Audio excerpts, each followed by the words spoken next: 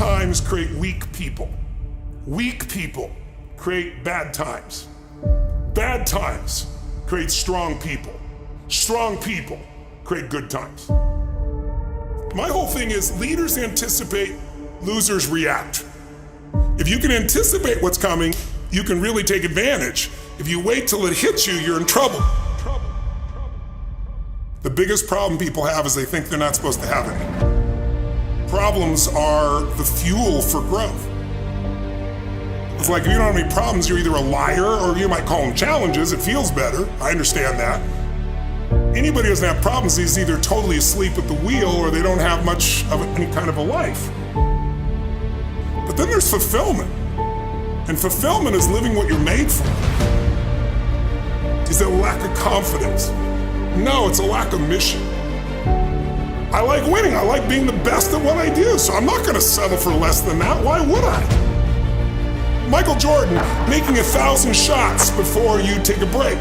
So you look at Jordan, or you look at, LeBron, or you look at anybody who's the best in the world at what they do, and you go, aren't they lucky? But if you actually study them, you'll see they're doing things, they're practicing in private things that make them certain in public, and they get rewarded for what they do in public. Yeah. And you got to do the same. When you just know you're going to mess up, it's not going to be perfect. You're going to forget that line that you really wanted to say, but just put all the energy on the audience. Everything starts to change. If you stay ready, you don't have to get ready. It's a shift in your identity. Every single day, 6 days a week. What matters? A few subjects, your body, because your energy matters. That energy is low. Everything I just said is worthless to you. Because when you're low energy, you don't use your full intelligence or ability. You need emotion. If you don't know how to master your emotion, emotions start wars. Emotion creates peace. Emotion gets you children. Emotion is what can make that business work or fail. And most people don't know how to direct their own emotions. Let me be conscious about feeding my brain things that are going to give me not only inspiration, but insight and skill and tools. 68% of the Fortune 1000 were started in either a recession or a depression.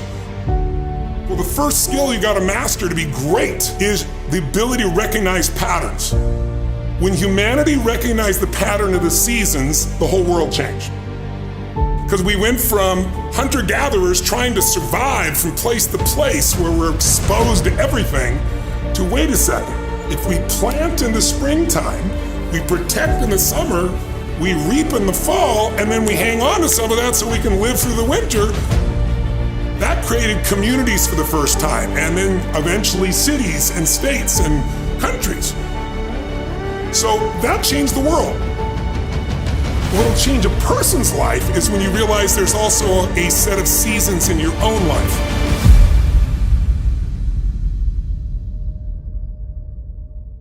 And so think of it this way, 0 to 21 is springtime. Things are easy to grow in springtime. You don't have to do that much. Growing as a kid happens naturally. But overall, life is supporting you. It's sending you, teaching you, sharing with you. Now, when you get from 21 to 41 or 22 to 42, whatever range you want to talk about, you now are in the real world. And now you go test what you learned in your springtime. So you start to learn, test, figure out what's real. And it's an important stage of life. 42, 43 to 62, 63 is the power of your life. If you worked hard in the spring and the summer, and you put yourself out there and you planted, it's a reaping time. It's a time when you really become a leader. And then if you're lucky, you go from 63 to 83 and maybe 83 to 103, and you have an extended final season of your life where you get to be the mentor, you get to share. You get to make a difference. And maybe towards the end of your life, people look out for you again after you looked out for everybody else. That's kind of the cycle of life. What if you're born in 1910? World War I ends, the world looks like it's a great place, new technology, cars, radio, and then what happens? An explosion of abundance, the roaring 20s, and so you're a kid, you're 14, 15 years old, and you're like, I can't wait to get a car, to go. But what happened when that person hit the next stage of life at 19, 20, 21 years old? As they came of age, it's 1929. And suddenly, people are jumping out of buildings, total depression, dust bowl, nobody's got jobs. It looks horrific, and it was horrific. But did they get a break? No, when they turned 29, it's 1939.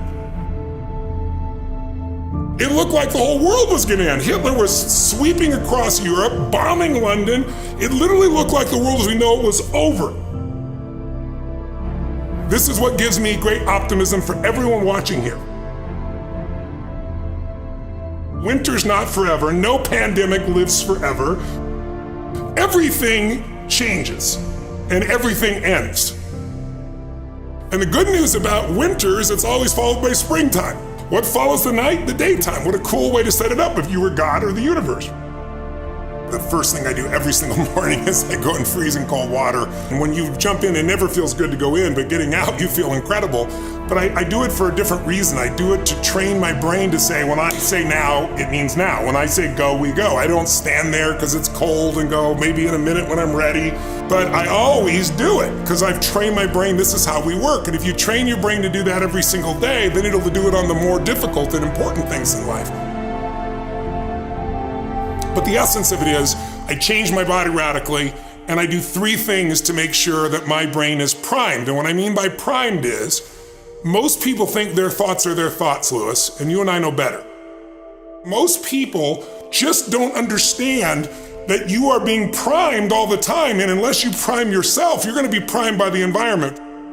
So I wanna take control of my brain, so I do 3 quick things. 1, I take 3 minutes of those 10 minutes, after I've changed my body, and I focus on 3 different events in my life that I'm grateful for. I usually pick 2 big ones and 1 small one. It could be as simple as a smile on my daughter's face, and it changes your biochemistry. Then real fast, I do this 3-minute process that's kind of like a blessing, and then 3 minutes, the last 3 minutes are called 3 to Thrive, where I focus on 3 things I want to accomplish, but instead of thinking I want to accomplish, I see, feel, and experience it as done. I feel grateful, I celebrate it, and it trains your brain. So in 10 minutes, I'm done. 3rd thing that I'll do, I immediately send a message or a text or an audio message to somebody as a sincere compliment. And I don't go, dude, great job, or wow, you're cool. I say, hey, listen, I saw you on Tuesday with those kids, and I saw you take that extra 20 minutes no one else did. And I just want you to know, I saw that, I thought that was incredible.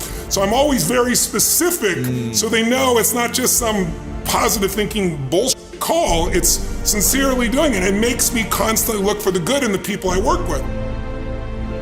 4th thing I do is whatever I don't want to do, the most challenging part of the day. What's a story we all love? It's the comeback story. It's the comeback, it's the Rocky, it's that music where all of a sudden you step back up and you take control and rock.